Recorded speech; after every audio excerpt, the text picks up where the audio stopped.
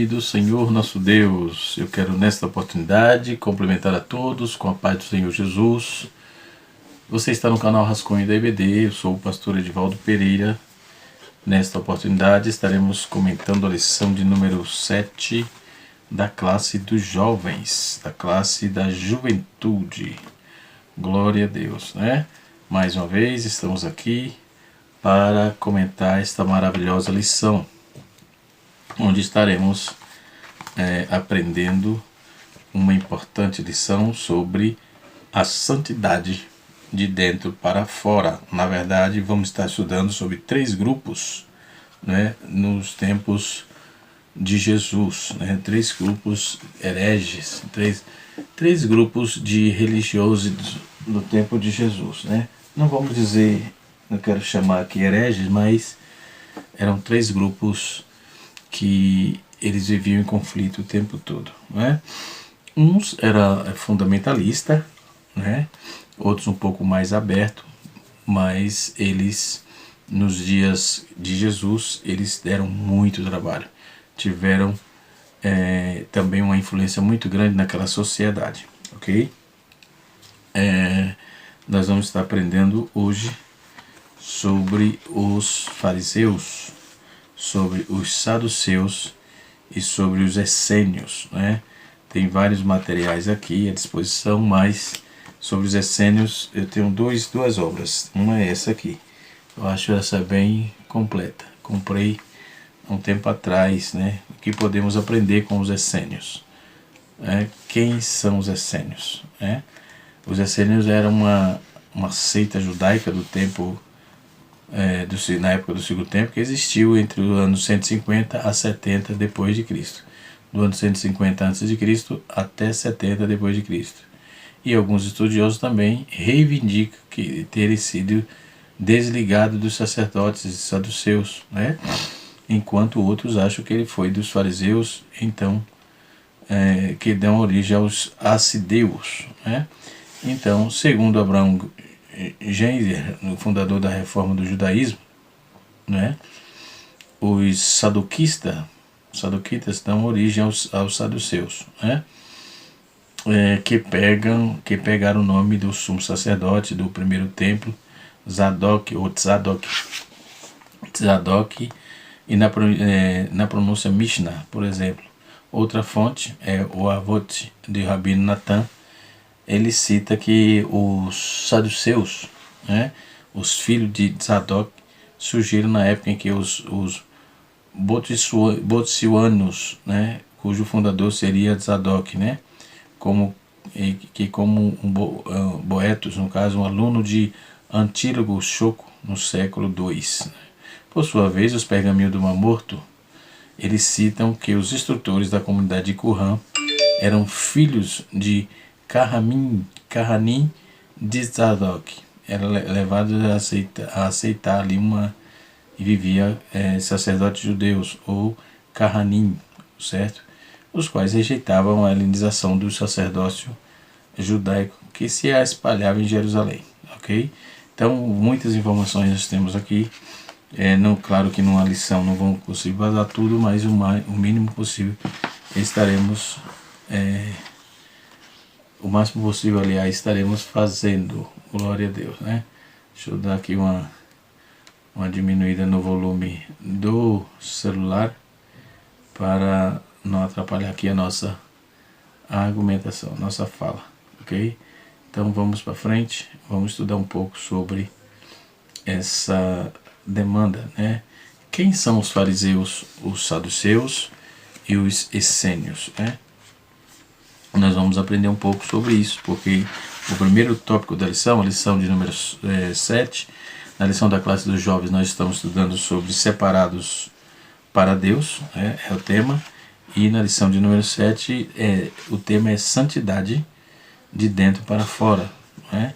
Não era costume desses religiosos, principalmente dos fariseus, né? Segundo Flávio José, defendia que o judaísmo nos tempos de Jesus estava subdividido em 3 escolas principais: os dos saduceus, que desfrutavam o apoio da elite, ou dos fariseus, que tinham apoio popular, e dos essênios, que era um partido sacerdotal que buscou o afastamento do templo e do restante do sacerdócio, conforme já comecei o vídeo já falando um pouco sobre eles, né? Logo nós vamos expandir a nossa fala sobre essa demanda aqui, esse conceito, tá? Então vamos lá, vamos aprender um pouco sobre isso. Na Palestina, no século I, surgiram alguns grupos entre a população judaica, né? Como eu já disse, como consequência as diversas interpretações sobre as fontes, os modos de viver a religião de Israel. Nos tempos de Jesus, os mais aparecidos pela maioria dos povos, apreciado pela maioria do povo eram os fariseus. Seu nome em hebreu é Perushim, que significa os segregados, né? Que dedicava a sua maior atenção a questões relativas às observâncias da lei, da pureza, de ritual, inclusive fora do templo, não é? Então, as normas da pureza sacerdotal estabelecida para o culto passaram a marcar para eles um ideal de vida em toda a sua ações da vida cotidiana, que ficava assim ritualizada e sacralizada. Junto à lei escrita, a Torá ou o Pentateuco foram recopilando aí uma série de tradições e modo de cumprir as prescrições da lei. Então os quais eles concediam, cada uma vez maior parecia aí a preço, né, até que chegasse a ser recebida como a Torá oral, atribuída também a Deus, segundo suas convicções. Essa Torá oral foi entregue junto com a Torá escrita a Moisés no Monte Sinai, e dessa forma ambas tinham idêntica força vinculante, né, entre aquelas comunidades. Para uma parte dos fariseus, a dimensão política desempenhava uma função decisiva em seu posicionamento vital e estava ligado ao empenho pela independência nacional, pois nenhum poder estranho poderia se impor sobre a soberania do Senhor e do seu povo. Mas estes eram conhecidos aí pelo nome de zelotes, né, que possivelmente foi dado por eles próprios, aludindo aí que o seu zelo por Deus e cumprindo-se a lei, né, ao cumprimento da lei, né. Essa elaboração se movia primeiro no âmbito puramente religioso e no zelo do cumprimento restrito da lei. Mais tarde, a partir das décadas dos 50, né, considerava-se também que havia uma manifestação no âmbito militar, a razão pela qual não se podia recusar a usar violência quando esta fosse necessária para vencer, e nem se devia ter medo de perder a vida em embates, né? Então começou aquela perder a essência da coisa, e começou o extremismo, né? E tudo ao extremo, nada ao extremo é bom. Esquece, tudo que tem extremismo é prejudicial, tanto para os extremistas quanto para os que estão de fora, né? Depois disso nós temos aí os saduceus, que por suas vezes eram pessoas de alta sociedade, membros de família sacerdotal, cultos, né? Eram pessoas ricas, faziam parte da aristocracia.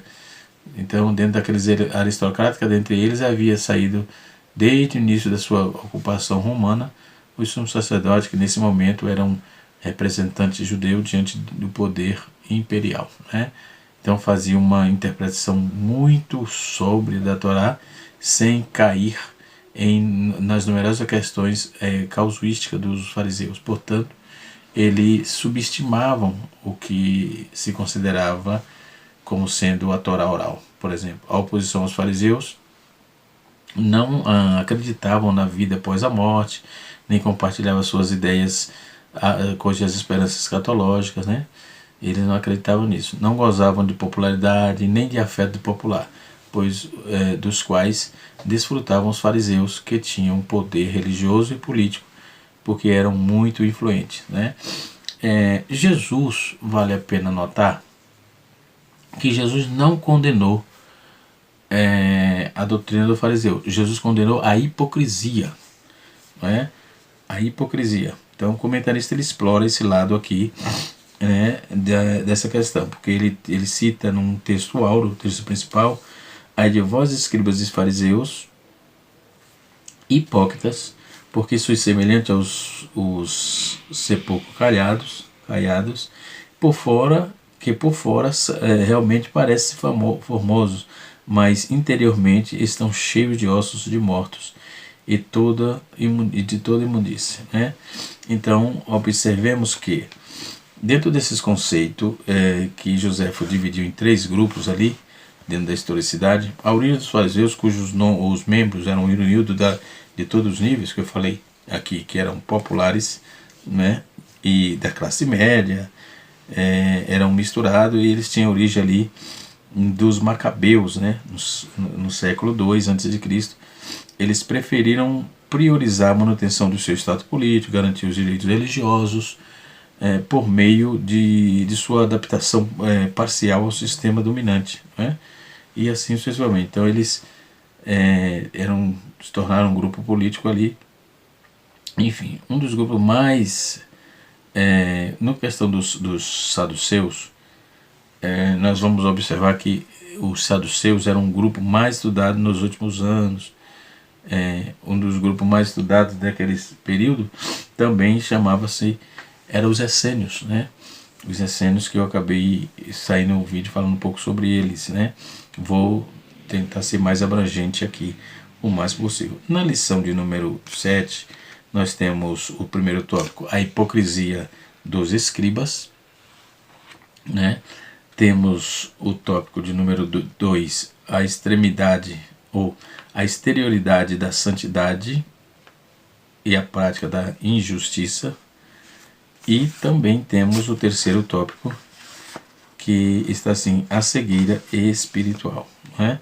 Então esses costumes, esses hábitos não ajudavam muito, não traziam não agregava nada, né? Porque eles se dividiam bastante. Um dos grupos estudiosos mais estudados nos últimos dias, como disse, foi um dos essênios, foi os essênios que essa informação vivia, as quais eram suas crenças através do historiador Flávio José. Ele fala aqui principalmente pelos documentos dos pápiros, dos pergaminhos encontrados em Qumran, que parece ser instalar em alguns deles. Ou seja, uma característica específica dos essênios consistia no repúdio do culto que se fazia no Templo de Jerusalém, já que eram realizadas por um sacerdote que tinha envelhecido desde a época asmoneira, no caso, desde o período dos asmoneus, né? E em consequência aos essênios, os essênios optaram por se separar dessa prática comum, com a ideia de conservar e restaurar a santidade de um povo no âmbito mais reduzido de sua própria comunidade, ou seja, então esse exclusivismo também não ajuda. Nos dias atuais esses grupos parecem estar intrinsecamente ligados dentro das igrejas, dentro das comunidades, porque se dividem muito, né? As ideias elas tergiversam bastante, e nós estamos tendo problema. Eu acho que está na hora da igreja fazer uma releitura, né, de muitos conceitos que vêm surgindo nos últimos anos, né?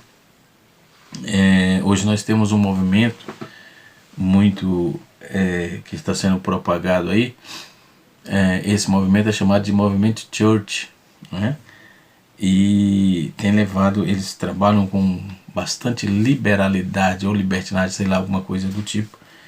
Enfim, eu sou de certa forma um crítico desses perfis de religiosos, né? E eu não sou fundamentalista, não me considero assim, mas eu sou bíblico, certo? E quando vou trabalhar essa questão no canal Rascunho Teológico, se você quiser dar uma passada, nós temos uma série de estudo sobre essas demandas, tá? Acho que eu tenho 5 vídeos que eu falo sobre essas tratativas de teologia generosa, liberalismo, não dos destemplados ou desigrejados, enfim, como queiram, né? Se bem que são dois antagônicos, dois sentidos diferentes, mas falando dentro do que a população sabe, conhece, né? Os essênios se optaram a separar dessas práticas que tinham lá no Templo de Jerusalém. A ida de muitos deles às zonas desérticas, né? Eles foram para o deserto, né? E tinha como objetivo se excluir da contaminação que poderia, né? Se derivar do contrato com as pessoas. A renúncia, estabelecer relações econômicas ou em aceitar presentes não deriva de uma ideia da pobreza, né? E assim sucessivamente. Então, eu separei aqui uns materiais para nós darmos uma pesquisada. Na verdade já foi pesquisado, só para dar uma estudada, trazer aqui um pouco mais de conteúdo, né, dentro desse contexto. Quando vamos trabalhar a questão dos fariseus, né, nós vamos ver que o nome deriva do vocábulo hebraico, que significa separado. E alguns estudiosos ainda consideram que o termo, como de significado incerto, apresenta pela primeira vez como um grupo distinto pouco depois da revolta encabeçada aí pelos macabeus, que liderou os judeus do governo sírio opressivo, libertou, aliás, né? Lá na cerca de 140 a.C. Os fariseus usualmente vinham dentre a mesa do povo comum, conforme eu já disse, um povo menos elitizado, não é?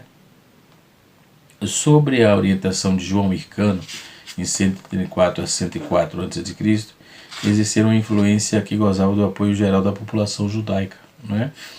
Flávio Josefo, no livro Antiguidade Judaica, no livro 13, nos seus capítulos 10 e 5, ele vai fazer essa tratativa disso, né? Porém, quando romperam com ele, João Hircano se voltou para os saduceus. Em face disso, os dois grupos se tornaram adversários. Então, daí o motivo pelos qual eles eram adversários, fariseus, saduceus e assim sucessivamente, né? Os fariseus, dentro da visão geral e da sua historicidade, os fariseus, eles, pelo menos em certo sentido, ele representava a continuação das ideias de Esdras, visto que eles eram mestres, né, com frequência, escribas, por exemplo, que tentaram levar avante o ministério de ensino, fazendo-se grande e meticulosidade no começo do século II. Eles eram chamados também de Hassidim, ou seja, santos, né, santos de Deus. Hassidim, santos de Deus. O termo hebraico significa Pershim, que quer dizer fariseu, né? E dessa denominação surgiu após a revolta dirigida aí pelos macabeus. Esse nome ocorre pela primeira vez nos textos que se tratam sobre os reis dos sacerdotes asmoneus, né? Ou de Asmonos, no caso. Em grande parte da história do farisaísmo, ele vai tratar a respeito da oposição que eles exerciam, não é? Que eles exerciam ali, a oposição que eles exerciam naquele período lá, né? E fariam aí com os sacerdotes bíblicos, mesmo fanáticos. Em certo sentido, o fariseu foi uma força democratizante dentro do judaísmo, né? Que tentavam salvar o sistema do controle rígido da classe de sacerdotes dos saduceus. Os fariseus eram porta-voz das massas oprimidas, né? Então eles eram populistas, vamos dizer assim, né? Os fariseus sempre foram um grupo minoritário. Nos dias de Herodes, ele era um pouco mais de 6 mil indivíduos, segundo Flávio Josefo, no seu livro Antiguidade Judaica. O grupo não era totalmente homogêneo, né? O Shammai, por exemplo, que quer dizer 20, foi uma figura severa que interpretava tudo de acordo com o rigor da letra, né? Era de uma família rica, aristocrata, do período, e tinha Hillel também, né, que em contraste a um homem do povo, ele interpretava suas questões com bravura, com brandura, favorecendo as debilidades do povo. E assim sucessivamente, né? As diferenças entre...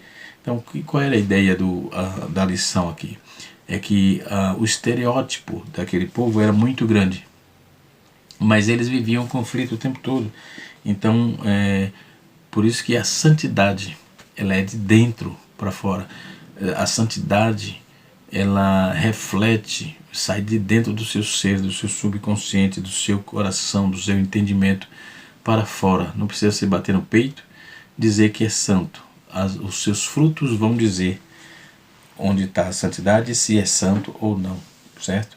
Não existe possibilidade de um santo profanar o que é sagrado. Então, todo santo, a Bíblia diz que quem é santo, santifique-se mais ainda. Quais eram as diferenças entre as doutrinas dos fariseus e dos saduceus? Nós vamos ver que o historiador José, ele fala no seu livro Guerra dos Fariseus. Os fariseus ele criam na imortalidade da alma, que havia de reencarnar, que poderia se envolver uma série de encarnações. É a doutrina essa muito comum naqueles dias e evidentemente também era defendida pelos essênios, né? Conforme vamos ver, nota no capítulo 1, versículo 80 de Lucas, e Mateus capítulo 3, verso 1, né? Mas também incluía a ideia de que a alma haveria de animar o corpo, né? O corpo ressurreto. Então tem os animistas também. Então é preciso tem muita historicidade aqui, muito conteúdo, não é? É um assunto muito interessante que numa pequena lição assim não consideremos de fazer tudo, né? Jesus denuncia esse povo, Jesus faz uma denúncia, né, da parte dele, e aponta os pontos positivos. A denúncia de Jesus era contra os exageros dos fariseus. Como eu disse no início, Jesus não condenou a doutrina dos fariseus, Jesus condenou a hipocrisia.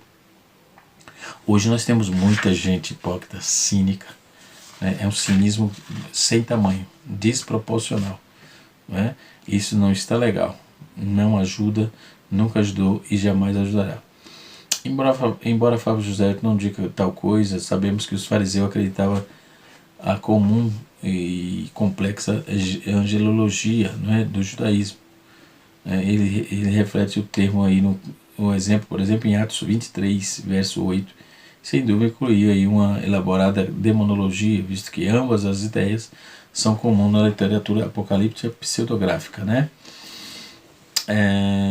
Então, no período entre ele fica no Antigo Testamento, Novo e Antigo Testamento, que eles foram democratas, né, que defendiam os direitos do povo, opunham-se à aristocracia dentre os saduceus, e alguns historiadores acreditam que isso nos leva a entender os essênios também é o mesmo do farisaísmo, essa essência, né? E assim sucessivamente. Jesus faz uma denúncia contra os exageros em Mateus 23, 13 a 30, Marcos capítulo 7, verso 9, e o próprio Talmud, por exemplo, ele também denuncia a hipocrisia deles, ou seja, o Sotar 22b, né? Onde também a similaridade entre as denúncias feitas por Jesus é evidente naturalmente. O Novo Testamento elogia a vários fariseus, como Nicodemos, né, que falou da retidão em defesa de Jesus, no mesmo depois que os próprios discípulos também de Jesus havia fugido. José de Arimateia também fora fariseu, sendo altamente elogiado no Novo Testamento por Gamaliel. Gamaliel era um homem nobre que argumentou aí em prol da tolerância para com os cristãos primitivos, e assim sucessivamente. Então, esses são o grupo dos fariseus, né? Então, um fator importante, né, que eu quero fechar aqui com a questão dos essênios, na questão dos essênios, certo? 72,46, tá?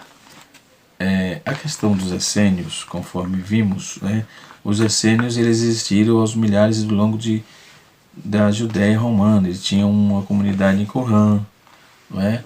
Eram filhos de Adoquita, de Carranim, né? Então eles existiram aos milhares de anos, né, na comunidade Corã, porém não são muitos mencionados na Bíblia, né? Vale a pena notar que eles não são muitos mencionados na Bíblia, né?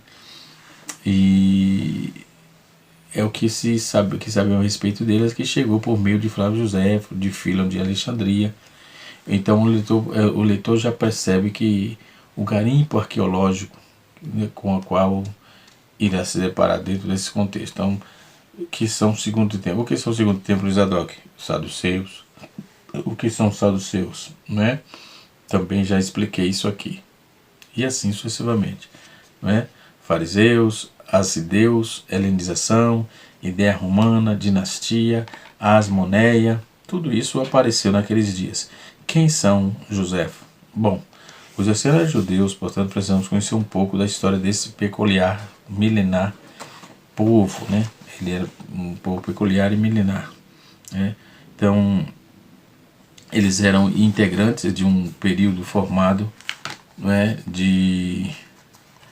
entre os fariseus, né, entre os judeus, cuja atuação é destacada no Novo Testamento. Então, é difícil saber o significado correto do nome, conforme já disse, e a origem deles, os fariseus, pode ter surgido ainda dos tempos de Esdras, Neemias, sendo que ele rejeitava os costumes pagãos adotados pelos judeus após o exílio, né?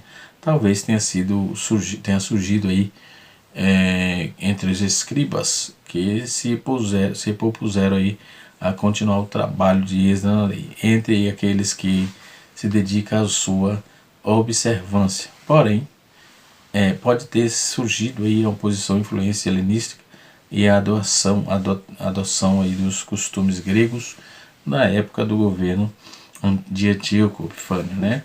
Então existe a possibilidade também de ter surgido aí logo após a reconquista do templo, com a divisão entre os Hassidins, e a oposição mais provável é que os fariseus tenham surgido do período em que aconteceu a Guerra dos Macabeus, né?